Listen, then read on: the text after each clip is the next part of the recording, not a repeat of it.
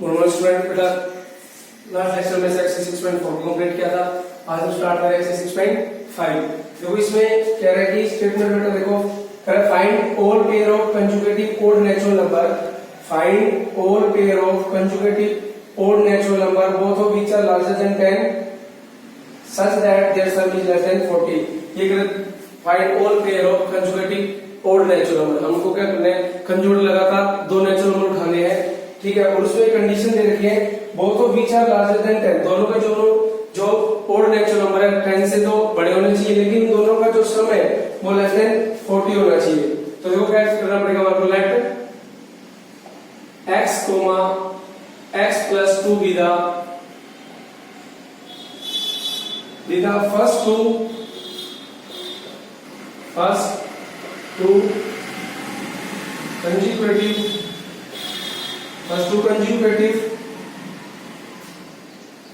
conjugative natural numbers, conjugative odd natural number, sorry, conjugative odd natural number।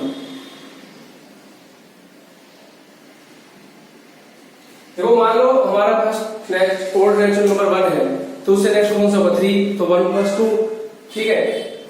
According to question x greater than 10 and x plus 2 also greater than 10 and x plus 2 greater than 10, ठीक है। अब ये कह रहा है कि x भी 10 से बड़ा है और x plus 2 भी 10 से बड़ा है एंड इन दोनों का सम x plus 2 is less than 40। तो x plus x तो हो गया 2x plus 2 less than 40। अब देखो इस का लैंग्वेज लिखूंगा, डायरेक्ट कर रहा हूं, ऐसे तो लिखना जैसे सब्ट्रैक्टिंग 2 फ्रॉम बोथ साइड, लेकिन मैं यहां कर रहा हूं 2x less than 40 minus 2, 2x less than 38, तो x की वैल्यू less than 90। अब x की वैल्यू होगी less than 90, तो यहां से अगर बात करते हैं तो दैट इंप्लाई मैं कह सकता हूं कि x greater than 8। अब मेरे पास वैल्यू होगी x की वैल्यू लेस देन 19। देखो इसको मैंने लेने वाले 1, इसको मैंने 2 और इसको मैंने 3। अब यहां लिख रहा हूं फ्रॉम फर्स्ट एंड थर्ड, क्योंकि जो वैल्यू 10 से 8 से बड़ी है ना, सॉरी जो वैल्यू 10 से बड़ी है गारंटेड है कि वो वैल्यू 8 से बड़ी है, तो मैं यहां पर, ठीक है, तो जो वैल्यू 10 से बड़ी है वो श्योरली है कि वो वैल्यू 8 से भी बड़ा होगा नंबर, लेकिन ये श्योरिटी नहीं है कि जो नंबर 8 से बड़ा है वो नंबर 10 से भी बड़ा होगा, ठीक है। तो इसलिए मैं फ्रॉम 1 एंड थर्ड से कह रहा हूं कि जो मेरा x है वो क्या करे greater than 10 and less than 19। अब 10 से बड़े और 19 के बीच में जितने भी मेरे पेयर्स बनेंगे ओड इंटीजर्स के, सॉरी ओड नेचुरल नंबर के, वो क्या कहेंगे देखो, तो the possible odd pair of the possible pair of odd natural number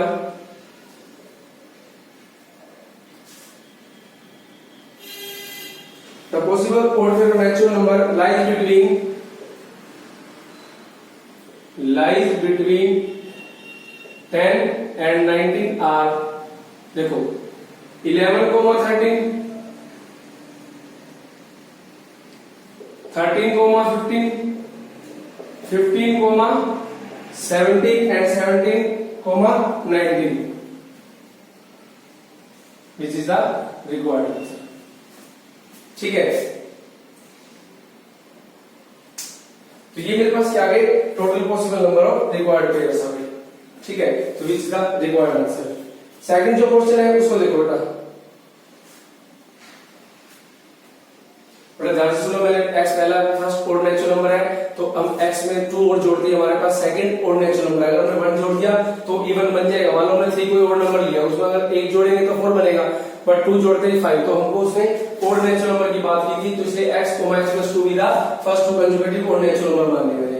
according to question x greater than 10 and x plus 2 is also greater than 10, तो x greater than हो गया 8 से, तो फ्रॉम 1 and 2 से अगर बात करें तो जो वैल्यू 10 से बड़ी है वो 8 से ऑब्वियसली बड़ी होगी, ठीक है। तो एंड और ये कंडीशन मालूम करेंगे कि x इन दोनों का जो सम है वो 40 से छोटा है, तो x plus 2 less than 40, तो यहां से मेरे पास कंडीशन आ गई x less than 19।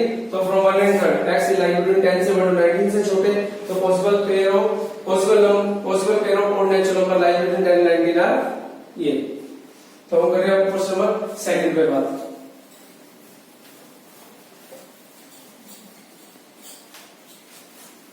तो जो सेकंड सम है उसमें हम आपको बोल रखे हैं, देखो the marks obtained by student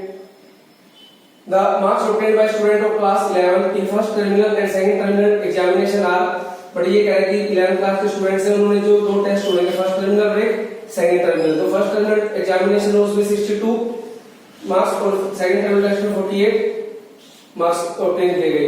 find the number of minimum marks he should get in the annual examination to have an average of at least 60 marks. वो कह रहा है कि फाइनल एग्जामिनेशन में जो कम से कम कितने मार्क्स ऑब्टेन करने चाहिए कि उसके जो मार्क्स हैं वो 60 परसेंटाइल हो जाए कम से कम। तो देखो इसमें late x be the marks obtained by student in the first in the annual examination। देखो let x be the marks to be obtained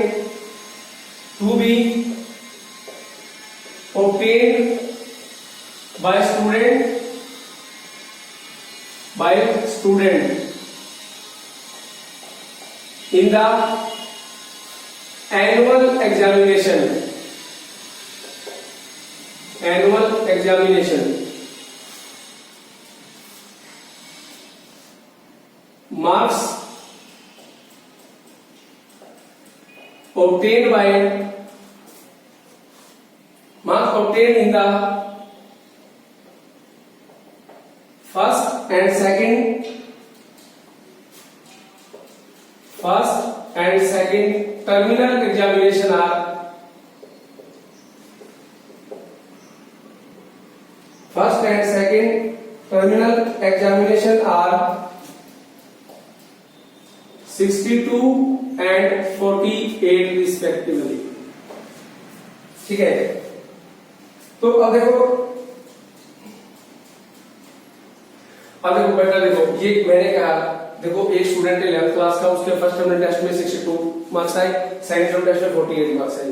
तो अगर वो स्टूडेंट की परसेंटेज अगर आपको 60% रखनी है, तो ये बताओ कि उस स्टूडेंट को एनुअल एग्जामिनेशन में कितने नंबर गेन करने होंगे एटलीस्ट। तो मैंने बताया x का marks obtained by student in the annual examination, तो उसके बाद है marks obtained in the first and second examination of 62 और 48 रिस्पेक्टिवली। ठीक है, अब देखो इसमें बात आगे बढ़ते, देखो एवरेज की बात हो रही है, तो एवरेज की बात तो क्या करते हैं, तीनों एग्जाम्स के मार्क्स को ऐड करने के बाद 3 से डिवाइड कर देंगे। ठीक है, उसमें बोला गया कि एटलीस्ट 60%, तो उसमें लिखेंगे एन एवरेज ऑफ, इसमें बोला गया कि at least 60%।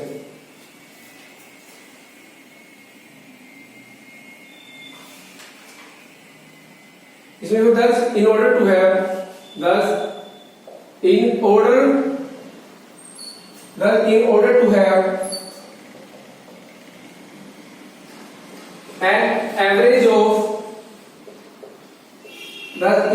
to have an average of at least 60 marks,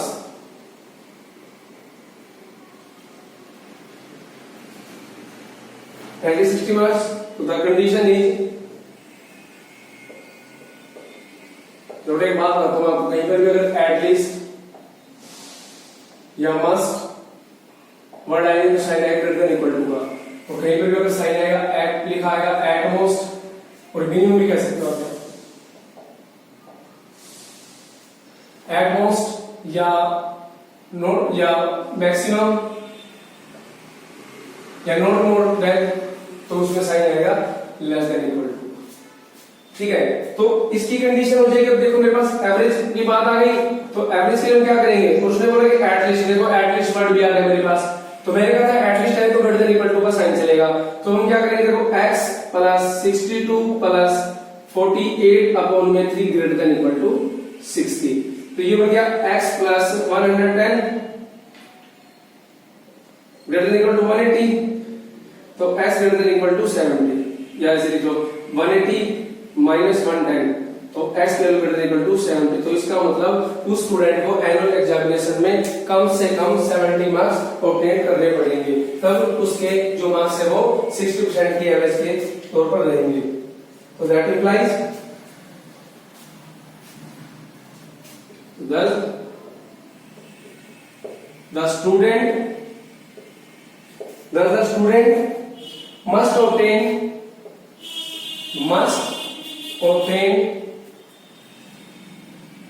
70 marks in annual examination.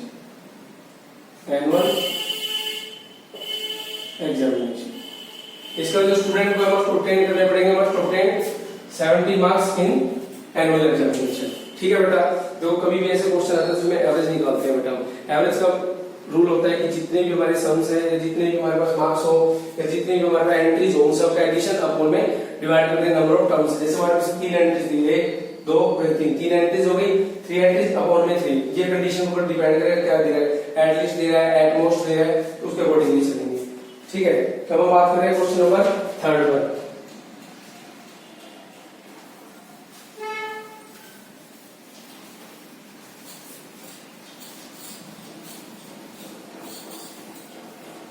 तो थर्ड क्वेश्चन में क्या होगा, in an experiment a solution of hydrochloric acid is to be kept between 30 degree and 35 degree Celsius. एक experiment किया गया, उसमें जो hydrochloric acid था उसको रखा गया 30 डिग्री और 35 डिग्री सेल्सियस के बीच में। तो what is the range of temperature in degree? तो ये बताओ कि जो टेंपरेचर रेंज है, टेंपरेचर इन डिग्री में Fahrenheit, tip conversion formula is given by C = 5/9 F - 32। ठीक है, तो देखो इसमें हमारे को according to given condition of problem according चल रहा है। देखो सॉल्यूशन अकॉर्डिंग टू क्वेश्चन, इसमें कहा गया कि जो हाइड्रोक्लोरिक एसिड है ना, उसको हमने सेल्सियस में रखा, किसमें 30 डिग्री और 35 डिग्री सेल्सियस के बीच में। ठीक है, और इसमें हम फाइंड आउट C = 5/9 ब्रैकेट में F - 32 हमने फ़ारेनहाइट में बताना है। तो देखो 30 डिग्री लेस देन C की value 5/9, F - 32 less than 35।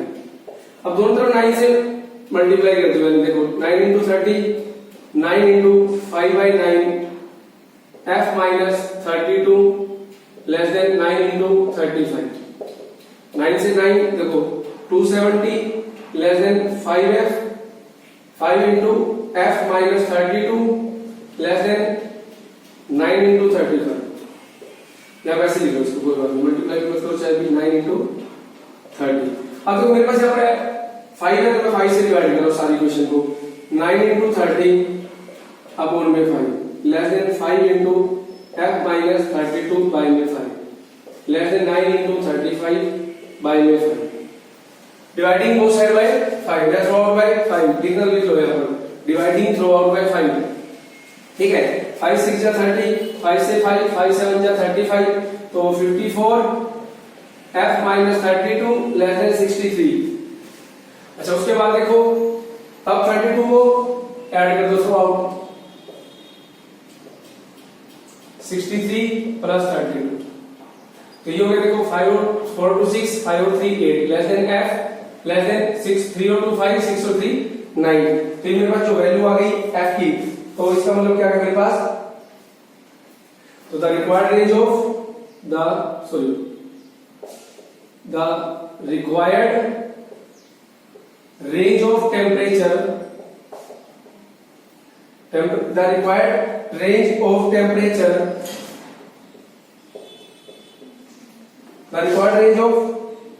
temperature is between 86 degree less than F less than 95 degree. ये मेरे पास है, चीज रिक्वायर्ड आंसर। तो इसका मतलब जो हमारा टेम्परेचर की रेंज है वो कहां करेंगे, 86 डिग्री से लेकर 95 डिग्री के बीच में। ठीक है, तो हम बात करें क्वेश्चन नंबर 4 से।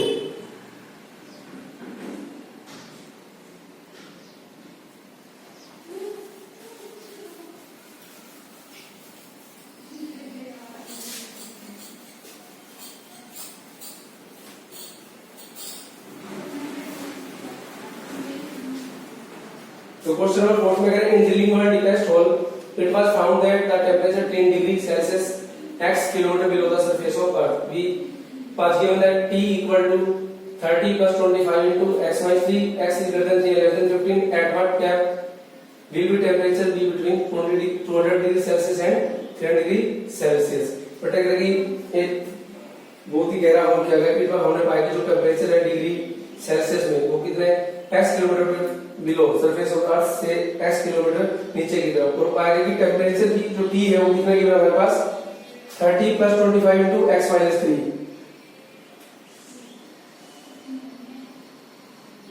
देखो हम इसमें लिख देते हैं late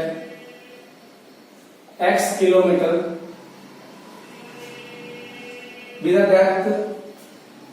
be the depth where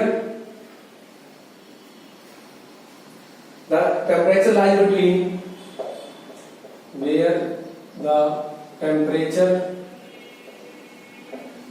lies between 200 degree Celsius and 300 degree Celsius. That implies T lies between 200 degree less than equal to 300 degree. ठीक है Celsius. Now T equal to 30 plus 25 into x minus 3. ठीक है, इसको मैंने मान लिया 1, तो 1 become 200 degree less than 30 plus 25 into x minus 3 less than 300. अगर ये तो हो गया 200, ठीक है, 200 less than 30 plus 25x minus 75 less than 300. ये बन गया 200 less than 25x minus 45 less than 300. 45 को ऐड कर दो through out, 25x less than 300 plus 45. ये बन गया 245 less than 25x less than 345. अब हम क्या करेंगे, dividing throughout by dividing throughout by 25. तो ये हो जाएगा 245 बाय में 25 less than x less than 345 by में 25. ठीक है, तो जब हम इसको 25 से डिवाइड करेंगे ये वैल्यू आएगी 9.8 less than x less then 13.8. देखो 25 है तो 25 20 ऐसे हो जाएगा, 25 बचा 200, 25 है 25 यहां से 9 हो गया 95, 25 से 75 फिर 21 बच गया, फिर 25 बचा 200. तो इसका मतलब जो x की वैल्यू आई वो कितने है मेरे पास 9.8 से लेकर 13.8, विच इज द रिक्वायर्ड आंसर. ठीक है, अच्छा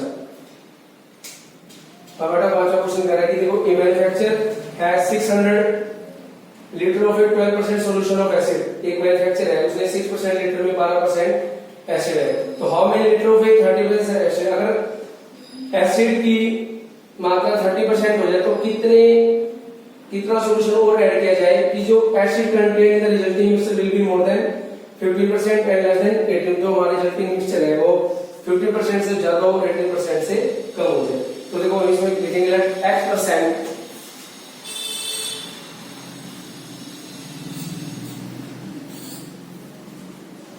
तो इसमें हम मानेंगे बड़ा let x litre of solution, let x litre of 30% acid solution be added to 600 liters of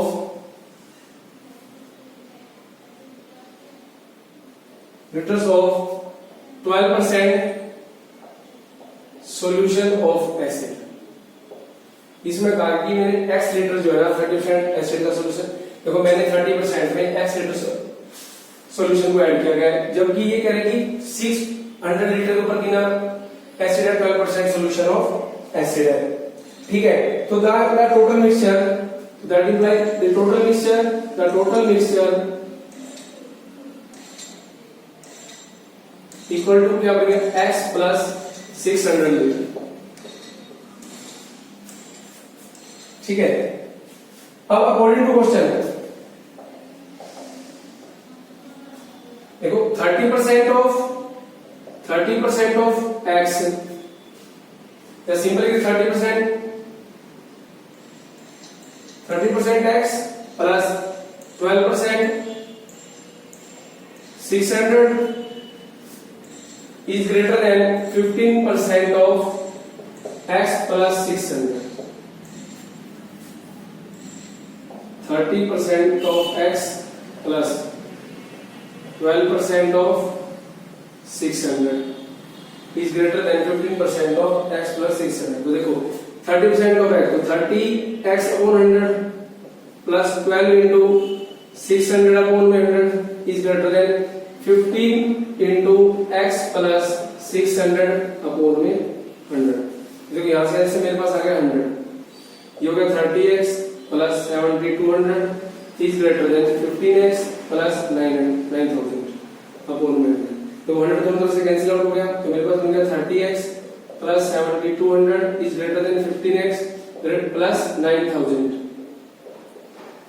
तो देखो 30x minus 15x greater than 9000 minus 7200 7200. तो ये हो गया 15x is greater than 1800. So that implies देखो x is greater than 15, इसको divide करेंगे 15 में 15 315 to the 30, तो x value greater than 30. तो बेटा दोबारा बताता हूँ, मैंने कहा कि मैंने 30% सॉल्यूशन एसिड में मैंने x लीटर सॉल्यूशन को ऐड किया गया और 600 लीटर में 12% सॉल्यूशन ऑफ एसिड गिवन था according to question. x litre का 30% और 600 का 12% is greater than 50% of x plus 600. वहां से परसेंट का कांसेप्ट आ गया, तो 30x upon 100 12 into 600 upon 100 is greater than 15 into x plus 600 upon 100. ऐसे में वाले के लिए x की वैल्यू आ गई greater than 120.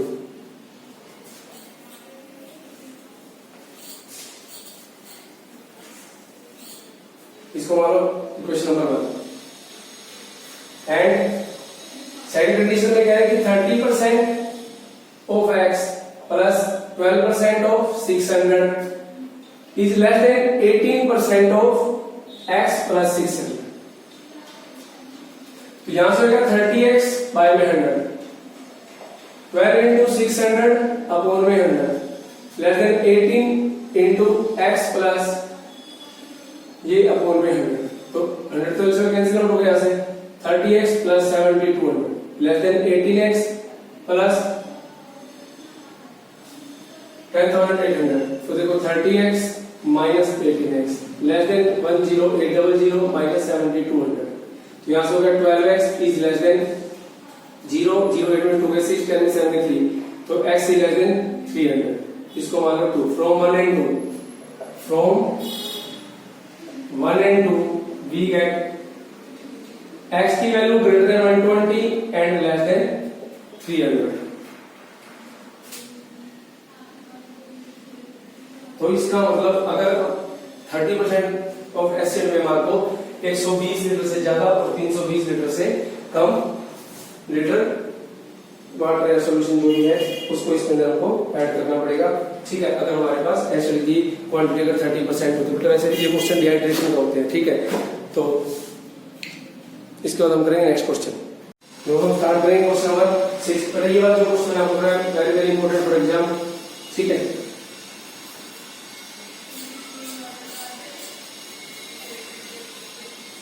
तो लास्ट क्वेश्चन कह रहा है क्वेश्चन नंबर 6.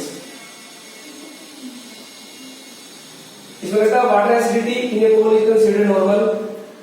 तो ये कह रहा है कि वाटर एसिडिटी पोल एक पोल स्विमिंग पूल लगा लो, उसमें करके अगर वाटर एसिडिटी को आपको नॉर्मल है when the average pH reading of 3 daily measurement is between, तो 3 डेली मेजरमेंट की जा रही है और उनके बीच की जो मेजरमेंट होती है 7.2 एंड 7.8.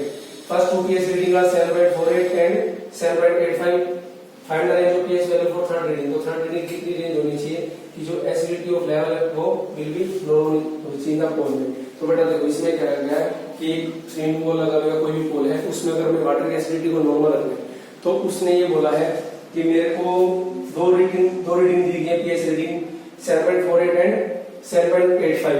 ठीक है, अगर मेरे को अगर थर्ड रीडिंग कितनी होनी चाहिए कि जो मेरे पास वाटर के अंदर एसिडिटी ये जो एसिडिटी ऑफ लेवल है वो बिल्कुल विल बी नॉर्मल होना चाहिए। तो मैंने क्या 2 रीडिंग मेरे पास गिवन थी, तो एक थर्ड रीडिंग मैंने मान ली। let the third reading be, let x be the third reading, let x be the third reading, let x be the third reading। तो अकॉर्डिंग टू क्वेश्चन, देखो अकॉर्डिंग टू क्वेश्चन इसमें बोला हुआ है, देखो दो तो फर्स्ट 2 रीडिंग, देखो फर्स्ट रीडिंग इक्वल टू 7.48 और second reading is equal to 7.85। फिर से देखो थर्ड रीडिंग की बात है, एवरेज का क्वेश्चन बन गया। और इसने बोला कि जो एसिडिटी पार्ट ऑफ एसिडिटी जो है ना वो किस और किसके बीच में लाइन डिफाइन कर रही है, 7.2 एंड 7.8 के बीच में। तो अकॉर्डिंग टू क्वेश्चन देखो 7.2 less than x plus 7.48 plus 7.85 upon में 3 इज लेस देन 7.8। तो ये मेरे पास हो गया एवरेज का क्वेश्चन हो गया फिर से दोबारा से, ठीक है। तो दैट इंप्लाई देखो 3 की मल्टीप्लाई 3 2 जा 6 3 7 जा 21, ये x प्लस 8 5 13 8 4 12 1 13 और ये 15 लेस देन 3 8 जा 24 3 7 जा 21 और 23, ये मेरे पास है 23.4, ठीक है। अब हम क्या करेंगे, subtracting through out, subtracting total में 3 थ्रू आउट। देखो 21.6 minus 15.33 is less than x plus 15.33 minus 15.33 less than 23.4 minus 15.33। तो यहां से देखो जो इसको सब्ट्रैक्ट 10 में से 3 गए 7, 5 में से 3 गए 2 और ये होगा 6.27 less than x less then 10 में 3 गए 7, 3 में 3 गए 0 और ये 8.07। तो इसका मतलब मेरे पास जो है द रिक्वायर्ड है the third hence the third reading lies between 6.227 to 6.27 and 8.07। अगर हमने पोल के अंदर एसिडिटी के लेवल को नॉर्मल रखना है तो हमारे पास जो पीएस थर्ड रीडिंग होनी चाहिए किसके बीच में होनी चाहिए, या तो 6.27 से ग्रेटर और 8.07 से स्मॉलर होनी चाहिए। तो ये हमारा एक्सेल और इंपॉर्टेंट एक्सेल जो टेस्ट के एग्जांपल आपको खुद करने हैं, ठीक है। और इसके साथ हमारा चैप्टर 6 कंप्लीट हो गया।